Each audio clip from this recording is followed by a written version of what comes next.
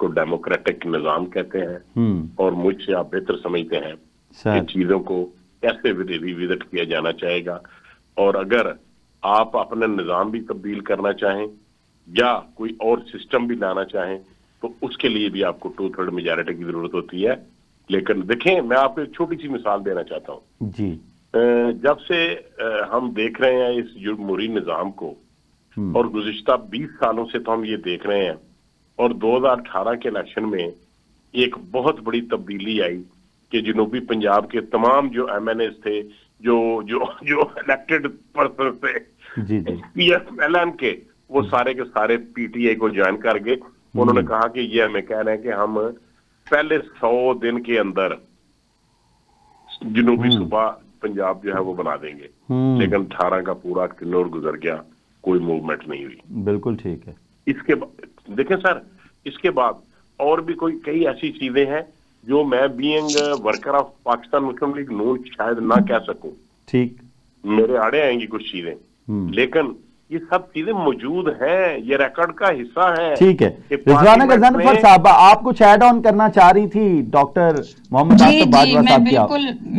میں بالکل ایڈ آن کرنا چاہ رہی تھی. شروع میں بھائی نے کہا کہ جی ہم جو بھی کریں گے ہم ان کے ساتھ وہ آئین اور اس کے حساب سے جو ہوگا، تو مجھے بڑی حیرت ہوئی کہ یہ آئین کی بات کر رہے ہیں کہ اس دور میں یہ پچھلے دنوں میں جس طرح پاکستان کے آئین کی دھجیاں بکھیری گئی ہیں، اور جس طرح سے ہر چیزیں، چاہے الیکشن ہوتے ہیں جی اس کے بعد 90 دن کے لیے الیکشن ہوتے ہیں، وہ الیکشن نہیں کروائے جا گئے.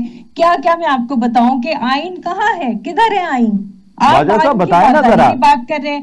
دوسری بات آپ نے کی کہ ایک اب ہماری عدلیہ کا جو نظام ہے وہ 136 نمبر پر آیا ہے.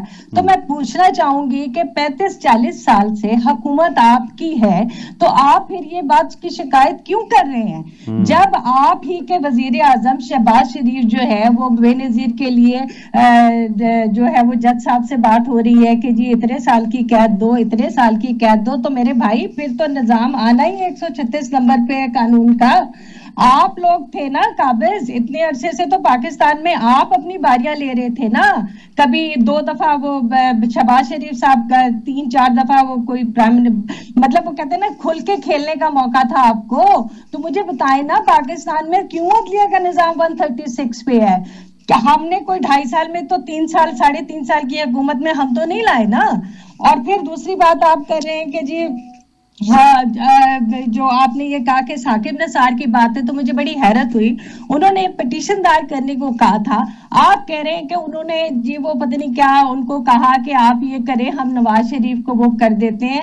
تو یہ ایسی کوئی بات نہیں تھی، بالکل غلط ہے. اگر انہوں نے ڈائریکٹ ان کو فون کر کے کہا ہو تو وہ میں نہیں کہہ سکتی، تو اس کی میں بات نہیں کر سکتی. کہ اگر ثاقب نثار صاحب نے ڈائریکٹ ان سے یہ بات کی ہے کہ جی آپ ہمیں، مطلب کہ انہوں نے پی ٹی آئی والوں نے یہ کہا ہے، تو وہ معاملات بالکل بھی ایسے نہیں تھے. ہم صرف بات یہ کرتے ہیں کہ ہم سے جب کلیم کرتے ہیں تو مجھے بڑی حیرت ہوتی ہے. میں یہ پوچھنا چاہتی ہوں کہ جس پارٹی کا وزیر اعلیٰ 4 دفعہ، بھائی وزیر اعلیٰ، دوسرا بھائی وزیر اعظم، کبھی بھتیجا وزیر اعلیٰ، کبھی چاچا وزیر اعظم، 2 دفعہ 3 دفعہ سارا کچھ رہا، تو اس کے باوجود سوال تو عوام کا ان سے بنتا ہے نا کہ بھائی 40-45 سالوں میں پاکستان کو کہاں سے کہاں لے گئے، کیا کیا؟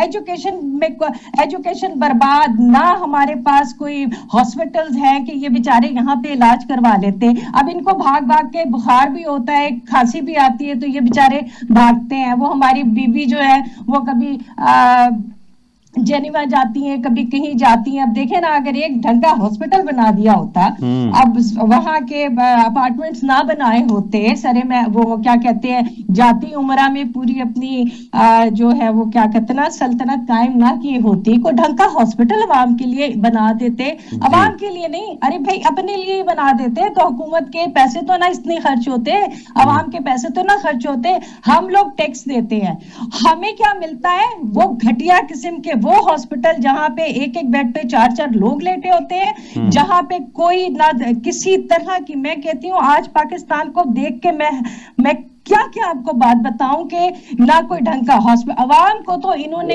وہ کہتے ہیں نا عوام کی گردن کے اوپر ہاتھ رکھا ہوا ہے.